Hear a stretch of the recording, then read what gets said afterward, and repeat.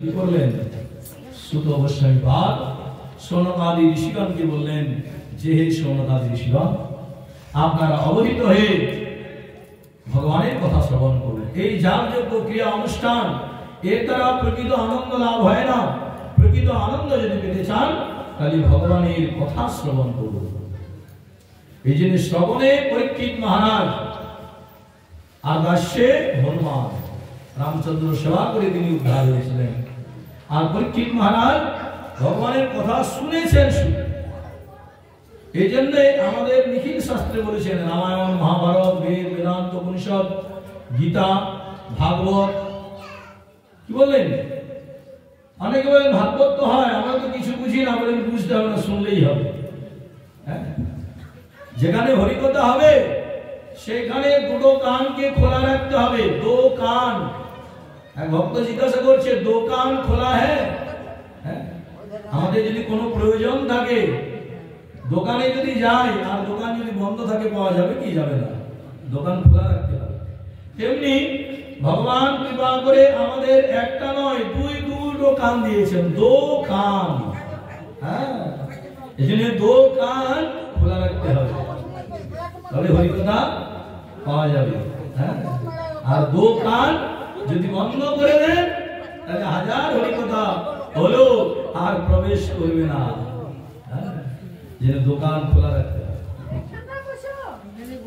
তাই কি করলেন?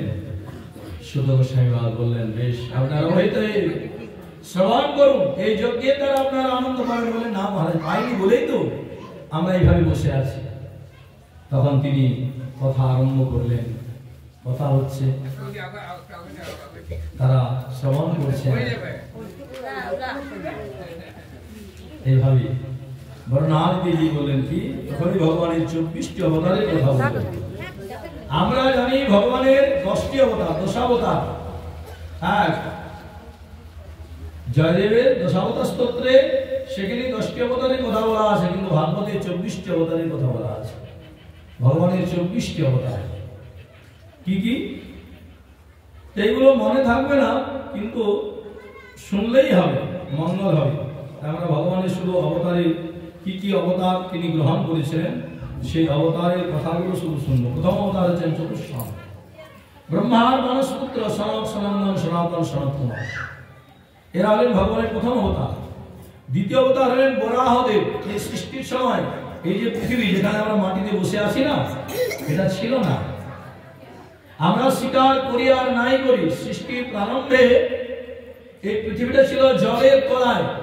পৃথিবীর ম্যাপ দেখবেন, আমরা বুঝাবার জন্য বলি 3 ভাগ জল আর 1 ভাগ স্থল, কিন্তু ভালো করে দেখবেন 3 ভাগের বেশিটাই জল আর 1 ভাগের কমটাই স্থলভাগ। কিন্তু ওটাও ছিল না, ওটা জলের তলায় ছিল। ওটাকে ওই জল থেকে জলের উপরে ভাগে এনে স্থাপনা করলেন কে? বরাহদেব ভগবান, সবচেয়ে বড় ইঞ্জিনিয়ার। হ্যাঁ, এখন তো কত কিছু আবিষ্কার হচ্ছে। বিজ্ঞান কিন্তু আজ পর্যন্ত কিছু সৃষ্টি করেনি। সৃষ্টিকর্তা হলেন একমাত্র ভগবান। বিজ্ঞান হচ্ছে আবিষ্কর্তা, তার আবিষ্কার করছে। পৃথিবীতেই সব আছে, সেইগুলোকে নিয়ে তারা আবিষ্কার করছেন। সৃষ্টিকর্তা হচ্ছেন একমাত্র ভগবান। তাই কি করলেন? ওই বরাহদেব ভগবান পৃথিবীকে উত্তোলন করে নিয়ে এসে বসালেন জলের উপরে।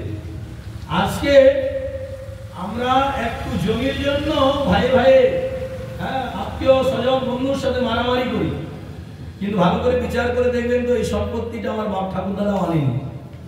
এনেছিল কি? এনেছিলেন বরাহদেব ভগবান এনেছেন। তাহলে এটা ভগবানের সম্পত্তি। বলেন তাহলে আমাদের নামে রেকর্ড আছে। বলেন কতদিন থাকবে? যতদিন তোমার দেহে প্রাণ থাকবে। হ্যাঁ, আর যখন দাদা থেকে প্রাণ বাবুটা চলে যাবে, বলো হরি হরি বল। হ্যাঁ, নিয়ে যাবে শ্মশানে। তখন কি আপনার ছেলে নাতিরা 10 বিঘা আপনার সাথে বেঁধে দেবে? দেবে না, দিলেও যাবে না। হ্যাঁ, তাহলে এটা ভগবানের সম্পত্তি, সেই জন্য ভগবানকে দিয়ে গ্রহণ করতে হয়।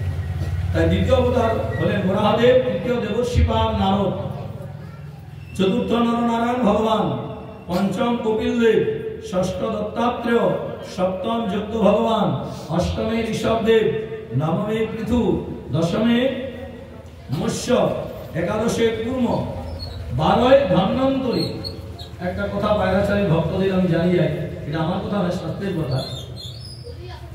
এটা আজ থেকে 10-20 বছর আগেও ছিল না। এই যে কিছুদিন আগে ধনতেরাস গেল না, কালী পুজোর আগের দিন, ত্রয়োদশী দিন ধনতেরাস। এখন ধনতেরাসে ঝাঁটা কেনা খুব ধুম। হ্যাঁ, গুজরাটিরা সোনা কেনে, বিহারিরা রূপা কেনে, আর আমাদের বাঙালিরা ঝাঁটা কেনে।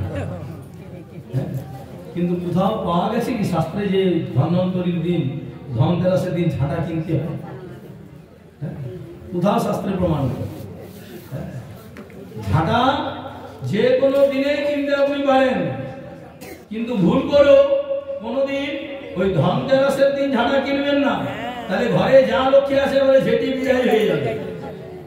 হ্যাঁ, সেই জন্য আমাদের অনেক ভুল আমরা এখনো করে চলেছি। হ্যাঁ, যে ভুলগুলো আমরা ওই যে দেখা দেখি করি, হ্যাঁ, কেউ একজন কিনেছে, ও তাহলে ধনতেরাসের দিন ঝাঁটা কিনতে হয়, চলো। হ্যাঁ, আর ব্যবসাদাররাও তারাও বেশ দেখলো এই তো সুযোগ একটা। হ্যাঁ, 20 টাকার ঝাঁটা 50 টাকা বসেও বিক্রি হয়।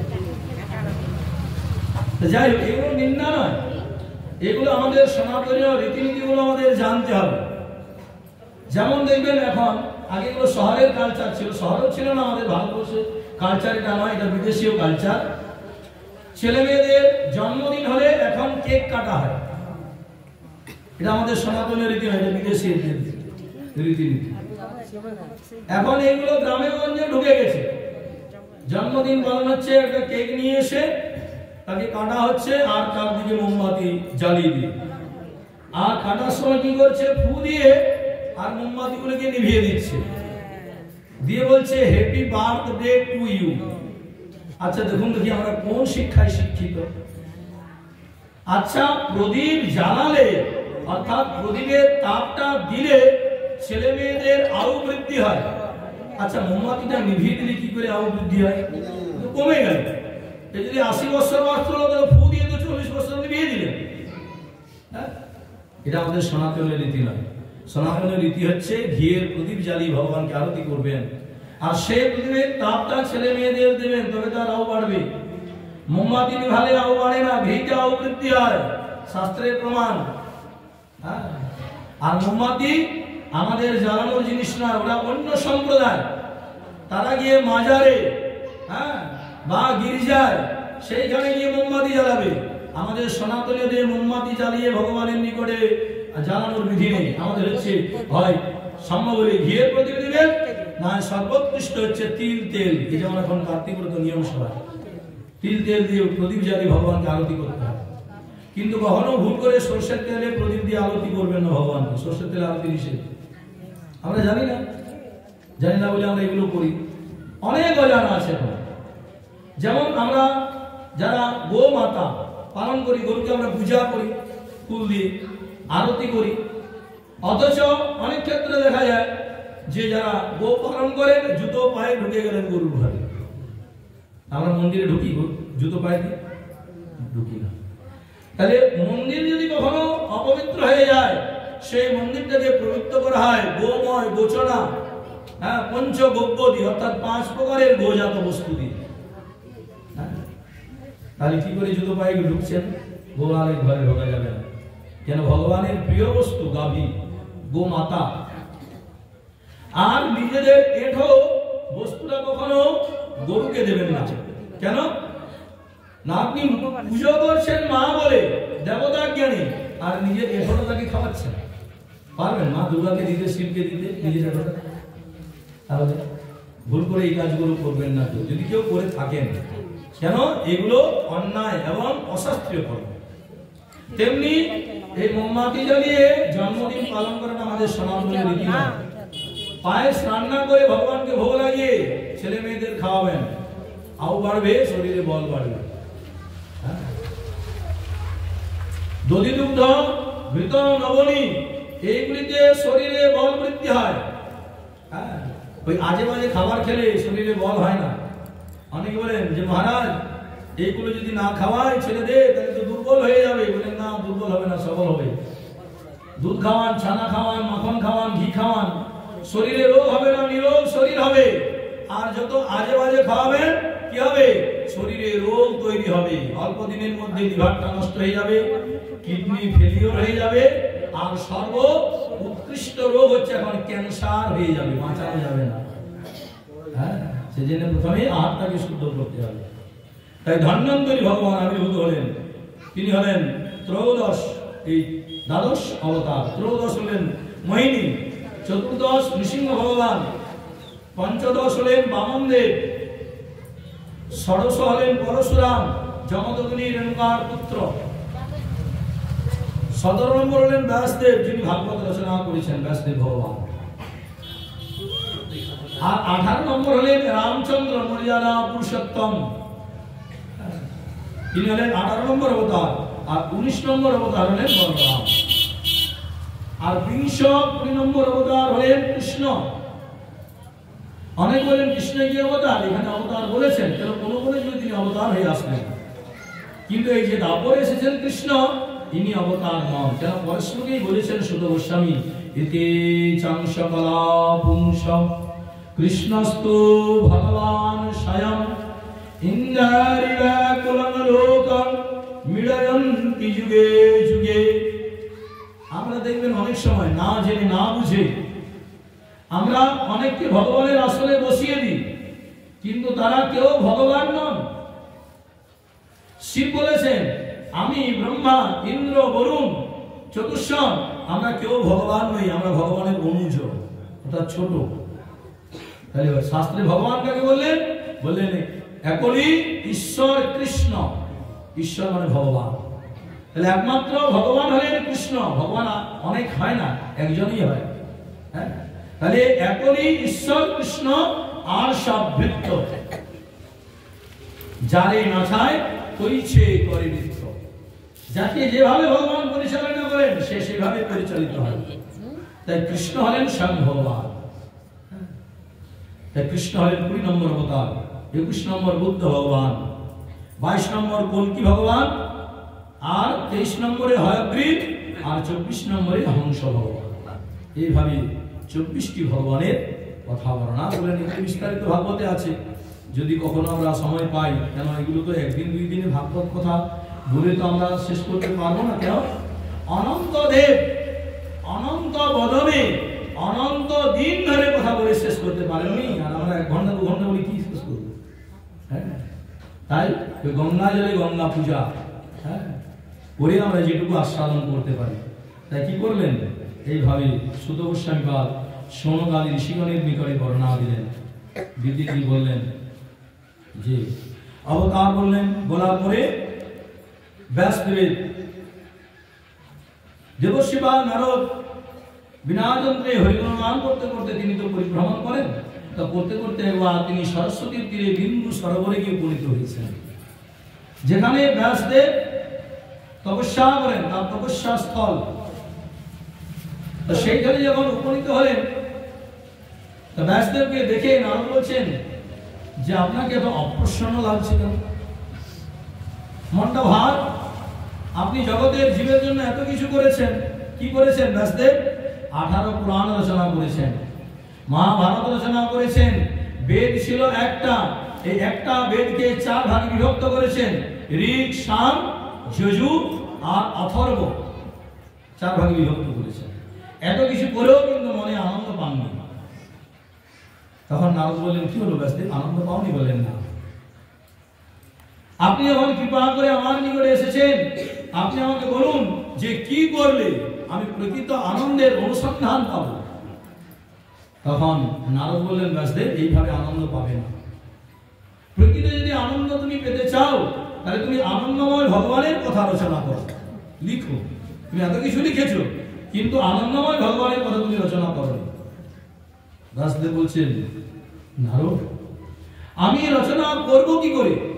কেন? আমি তো জানি না। আমি যেটা জানি না সেটা আমি কি করে রচনা করব? তখন দেবর্ষি বা নারদ তিনি ব্যাসদেবকে বুঝাতে লাগলেন, দেখো ব্যাসদেব, আমি একদিনেই নারদ হয়ে যাইনি। এই বলে তার পূর্বজন্মের বৃত্তান্তটি বললেন। জাতিশ্বর ছিলেন তো নারদ। নারদ নাম হয়েছিল কেন? নারদ অর্থাৎ যাকে কোনো অবস্থাতে কোথাও রদ করা যায় না, স্বর্গ গর্ত পাতাল ত্রিভুবন, যার অবাধ গতি, সেই জন্য তার নাম হয়েছে নারদ। কিন্তু তার একটা বিশেষণ দেওয়া আছে, দেবর্ষি নারদ। কেন দেবর্ষি? না দেবতাদের মধ্যেও তিনি শ্রেষ্ঠ, আর ঋষিগণের মধ্যেও শ্রেষ্ঠ, এই জন্য তিনি দেবর্ষি। এভাবে বর্ণনা করলেন। নারদ তখন তার পূর্ব বৃত্তান্ত বললেন। কি বললেন? বলেন দেখো ব্যাসদেব, আমি পূর্বজন্মে অর্থাৎ আগের জন্মে আমি দাসী পুত্র ছিলাম। দাসী মানে আমার যে গর্ভধারিণী মা ছিলেন, জন্মদাত্রী, সেই মা অন্যের গৃহে দাসীবৃত্তি করতেন, মানে তার গৃহকর্ম করে দিতেন। আর সেই মায়ের আমি ছিলাম একমাত্র সন্তান। আমি কি করতাম? আমার বয়স তখন মাত্র 5 বছর। আমি ওই মায়ের হাতে হাতে সহযোগিতা করতাম। মা কোনো একটা কাজ করছে, আমি একটু সাহায্য করে দিতাম। এই করতে করতে কি হয়েছে না, একবার চাতুর্মাস্য ব্রতের সময় সাধুগণ এসেছিলেন সেই গ্রামে।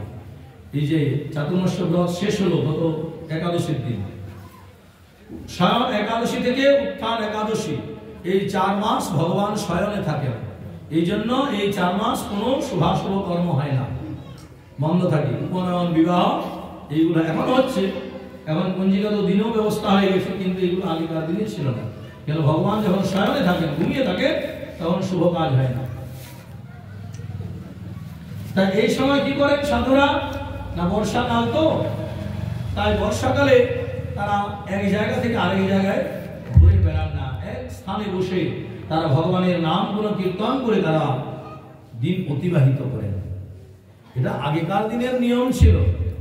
হ্যাঁ, কিন্তু আমরা ছোটবেলা থেকে পড়ে এসেছি, একে চন্দ্র, 2 পক্ষ, 3 নেত্র, 4 বেদ, 5 পঞ্চমান, 6 ঋতু, 7 সমুদ্র, 8 অষ্টবসু, 9 নবগ্রহ, 10 দিক। কি পড়েছি? 6 ঋতু, 6টা ঋতু ছিল। বলে কেন? বইয়ে তো এখনো আছে। বললে বইয়ে আছে, কিন্তু জগতে নেই। 3টে ঋতু লুপ্ত হয়ে গেছে, এখন 3টে ঋতু আছে। কি আছে? বললেন শীত, গ্রীষ্ম আর বর্ষা, আর বাকি সব বর্ষা।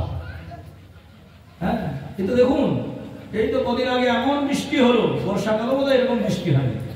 হ্যাঁ, তাহলে 12 মাসে এখন বর্ষাকাল, আর 12 মাসের 10 মাস গ্রীষ্মকাল, 2 মাস শীতকাল। তাহলে 3টে ঋতু আছে, আর বাকি 3টে চলে গেছে। কালের প্রভাব, আরো কি যে দিন দিন আসবে কি জানেন। তাই কি করলেন? বলেন এই চাতুর্মাস্য ব্রতের সময় সাধুরা এসেছিলেন, আর তারা এক জায়গায় বসে হরিগুণ কীর্তন করতেন, আর আমি তাদের চরণ প্রান্তে বসে তাদের মুখে হরি কথা শুনতাম।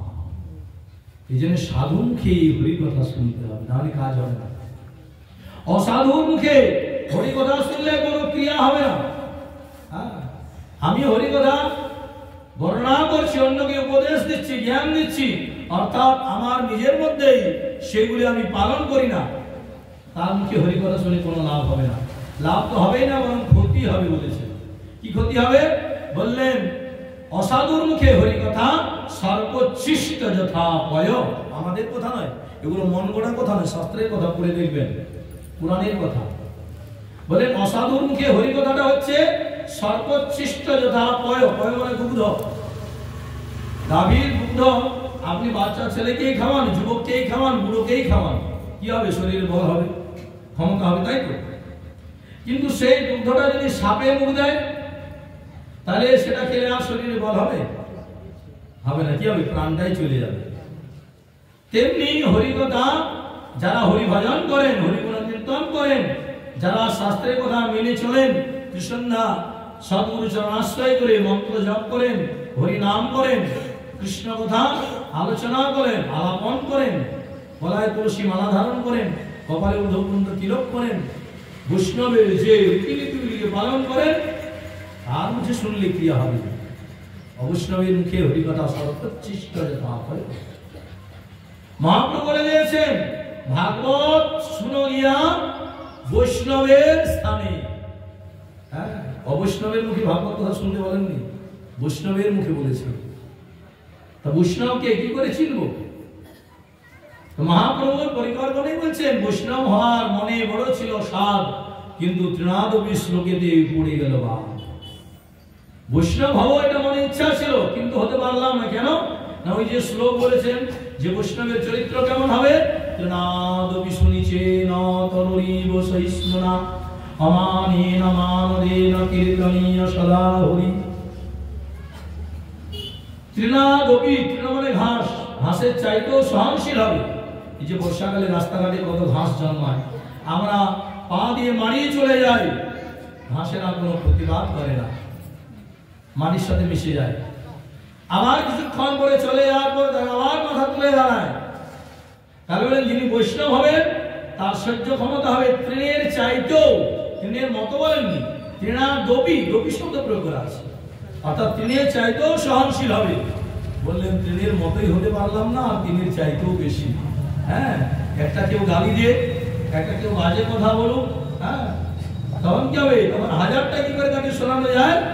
তখন খাতা কলমে ফর্দ না করলেও মনে মনে ফর্দ করতে থাকে। হ্যাঁ, তাহলে এইটা কি বৈষ্ণব হওয়া যায়? তৃণাদপি শুনিছিল তরুরীব সহিষ্ণুনা, তরুর চাইতেও সহনশীল হবে। তরু মানে গাছ, গাছ সবচেয়ে সহনশীল। এই জন্য দেবর্ষিবাদ নারদ নরকুবের মণিদ্বীপকে অভিশাপ দিয়েছিলেন যে যাও তোমরা বৃক্ষজনী প্রাপ্ত হও, দেবতার অংশে জন্মগ্রহণ করে তোমরা অসুরের আচরণ করছো, লজ্জা করে না তোমাদের? কেন তো বৃক্ষ জন্মটা সবচেয়ে কঠিন জন্ম? বললেন সে রোদে পুড়লেও আশ্রয় চাইতে পারে না কারোর কাছে, বর্ষায় জলে ভিজলেও সে আশ্রয় চাইতে পারে না, শীতে ঠান্ডায় কাঁপলেও আশ্রয় চাইতে পারে না সে, বরং সে অন্যকে আশ্রয় দেয়। হ্যাঁ, গ্রীষ্মের প্রখর দাবদাহে রোদে পুড়ে বড় বড় যে গাছ রয়েছে, অশ্বত্থ গাছ থেকে আরম্ভ করে, হ্যাঁ, তারা ছায়া প্রদান করে।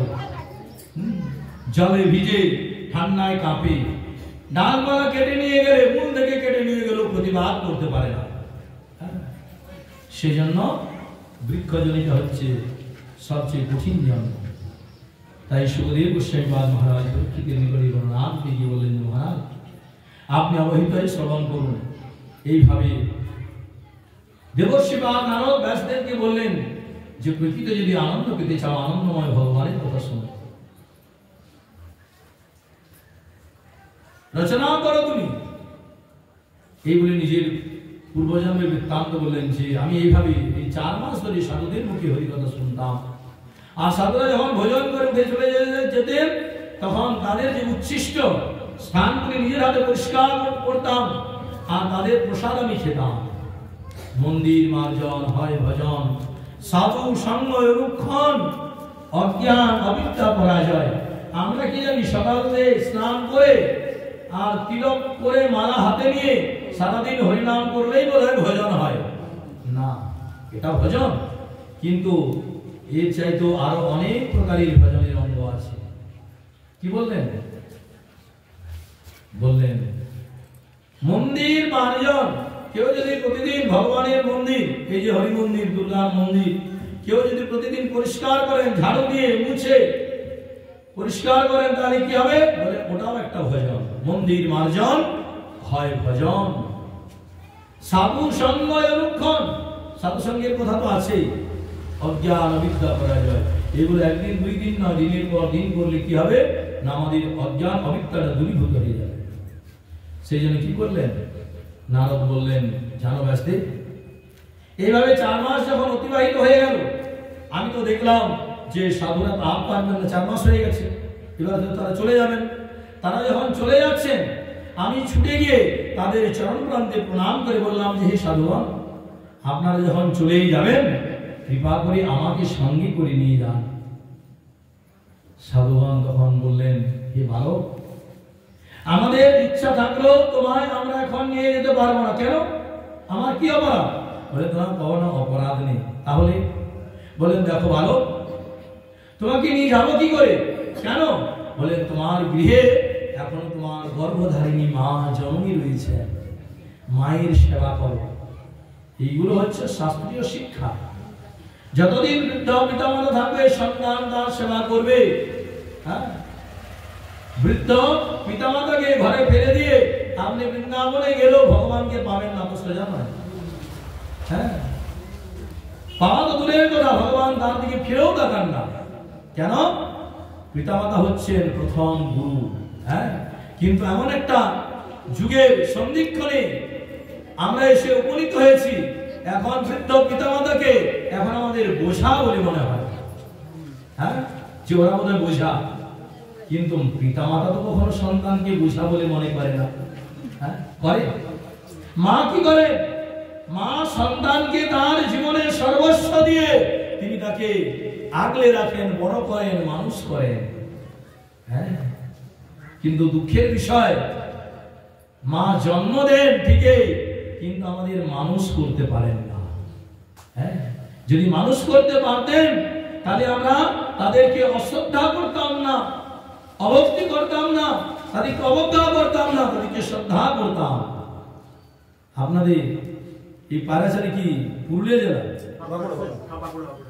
বাঁকুড়া মানে চেনপুর থানা, এই সামনে বোধহয় ভুটার বড় বোধহয় পুরুলিয়া। আচ্ছা আচ্ছা, যাই হোক। তো এই বাঁকুড়া জেলায় আপনাদের জানেন কিনা জানি না, সবচেয়ে একটা বড় গ্রাম আছে। এত বড় গ্রাম পশ্চিমবঙ্গে কোনো জেলায় নেই। সেই গ্রামটির নাম হচ্ছে ভরা। কয়েকবার সেখানে গিয়েছিলাম আমার আচার্য ভাগবত কথা বলতে। গ্রামে 37খানা মন্দির আছে। গ্রামে প্রাইমারি স্কুল আছে, হাই স্কুল আছে, কলেজ আছে, ITI কলেজ আছে। হ্যাঁ, ভাবা যায় গ্রামের মধ্যে। এমনকি হসপিটাল আছে, বলেন তো ভালো, কিন্তু ওই গ্রামের মধ্যে আপনার বৃদ্ধাশ্রমও আছে। সবচেয়ে বড় গ্রাম, বিশাল গ্রাম। হ্যাঁ, এই সোনামুখী আর বিষ্ণুপুরের মাঝখানে গ্রামটি। আর এই গ্রামে এখন বৃদ্ধাশ্রম হয়ে গেছে। কোন জায়গায় সে উপস্থিত হয়েছে বুঝতে পারছেন? সেই জন্য সন্তানকে জন্ম দেওয়ার সঙ্গে সঙ্গে তাদের সঠিক শিক্ষা আমাদের দিতে হবে। আমরা দিতে পারি না বলে আজকে আমরা দুঃখ, কষ্ট, যন্ত্রণা পাই সন্তানের কাছ থেকে। হ্যাঁ, কিন্তু কি বলছে বলেন, অদৃষ্টে যা থাকবে লেখা তা তো আমাদের ভোগ করতেই হবে। হ্যাঁ, অদৃষ্ট অর্থাৎ বিধাতার যে লিখন সেটা খণ্ডন করা যায় না। এমনকি ভগবান পর্যন্ত তিনি খণ্ডন করতে পারেন না। তার তো ক্ষমতা আছে, ক্ষমতা থাকলেও তিনি করতে পারেন না। যদি পারতেন তাহলে স্বয়ং ভগবান রয়েছেন কুরুক্ষেত্রে যুদ্ধে মহারণাঙ্গনে, যেখানে সাক্ষাৎ ভগবান আছেন, সেখানে কি করে সপ্তরথী মিলে আর এইভাবে পঞ্চ পাণ্ডবের পুত্রকে হত্যা করে। দ্রৌপদীর 5টি সন্তান হত্যা হয় কি করে? এটা হবা অবশ্যম্ভাবিনো ভাবা ভবন্তি মহতামপি নাগনাদাং নীলকণ্ঠস্য মহাহিশয়নং হরে। বলেন যেটা হবা সেটা অবশ্যই হবে। কার ক্ষমতা নেই আটকানে? ভগবান ইচ্ছা থাকলেও তিনি পারেন না বা করেন না। তাই বলেন অবশ্যম্ভাবিনো ভাবা ভবন্তি মহতামপি নাগনাদাং নীলকণ্ঠস্য। নীলকণ্ঠ ভগবান অর্থাৎ শিব। নীলকণ্ঠ নাম হয়েছিল কখন? যখন সমুদ্র মন্থনের হলাহল বিষ, ওই বাসুকি নাগের বিষ বেরিয়েছে আর সমুদ্র থেকে বেশ উত্থিত হয়েছে, বিষে বিষময় হয়ে গেল। তখন দেবতারা শিবের শরণাপন্ন হলেন। তখন শিব ভগবান এসে কি করলেন? ওই বিষটাকে তিনি 2 হাত দিয়ে পান করে নিলেন। গলা ধারণ করলেন না, কি করলেন? কণ্ঠে ধারণ করলেন। এই জন্য শিবের কণ্ঠদেশটা হয়ে গেল নীল বর্ণের। এই জন্য দেবতারা তার নাম দিলেন নীলকণ্ঠ ভগবান। বলে নীলকণ্ঠ ভগবান কি? নীলকণ্ঠ ভগবান। এই যে মায়েরা উপোস করেন না, নীলের উপোস, চৈত্র মাসে সংক্রান্তিতে করেন। হ্যাঁ, তাদের আবার কি যেন মন্ত্র আছে, নীলের ঘরে দিয়ে বাতি জল খাওয়াবো মা পুত্র। তা নীলকণ্ঠ ভগবান, ভগবান বিষ পান করেছিলেন। কিন্তু অনেক সময় দেখবেন যারা শিবভক্ত, অনেক জায়গায় দেখা যায় যে তারা গাঁজা ভাং খায়, কিন্তু শিবপুরাণে বা ভাগবতে কোথাও এই বিষয়ে প্রমাণ দেওয়া নেই। শিব হলেন পরম বৈষ্ণব, বৈষ্ণবানাম যথা শম্ভু। হ্যাঁ, শিব কখনো বৈষ্ণব, তিনি কখনো এগুলো খাননি। বলেন তাহলে শিবের ভক্তরা যে খায়, বলেন তারা কি করে আর না খেয়ে থাকবে? কেন না শিবকে যদি দেওয়া যায়